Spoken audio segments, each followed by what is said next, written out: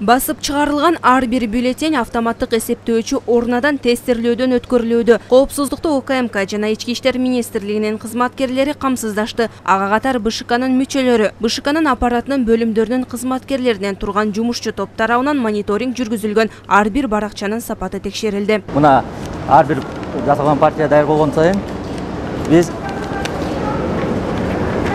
тестированиядан мондеп өткөзөбүз. Бул асуу президенттик шайлоого даярдалган, бул референдум боюнча тестирлөө бюллетени бияктан азыр текшерип тестированиядан өткөзөбүз.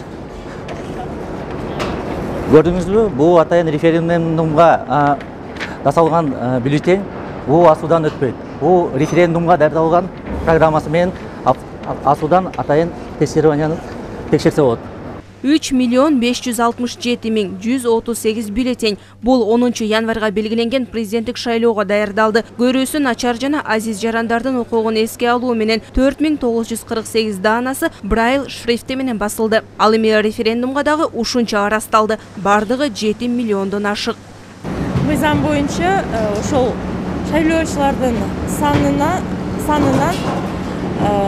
0,1% ашык эмес бюллетень кошумча кошулат. Ошол санда бюллетендер региондорго жиберилди.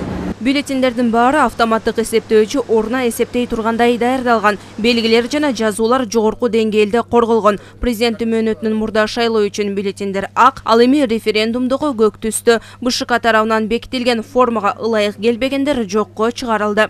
Өңү боюнча эгерде стандарттарга биз Борбор шайлоо комиссиясында бекитилген формага жана текстке ылайык келбей калгандарды ошентип жокко чыгарылыш керек. Ал жокко чыгарылууда бул бюллетендердин санына тиешеси жок. Бул учкун акционердик коом менен биздин Борбор шайлоо комиссиясынын ортосундагы келишимге ылайык кагаздар сатып алынган. Ошол кагаздардын айырмасын чыгарып салуу максатында азыр мына сиздер көрүп тургандай техникалык брактарды, техникалык жарабай калган ошол иш кагаздарды жокко чыгарылат. Бюллетендер шайлоо тилкелерине жеткирилди. Ага талапкерлердин, саясий партиялардын, макул каршы менен бардык түрүнө каршы топтордун, коммерциялык эмес уюмдардын жана жалпыга маалымдоо каражаттардын өкүлдөрү катышты. Эске сала кетсек, саясий жарыш менен референдум бир күндө 10 январда өткөрүлөт.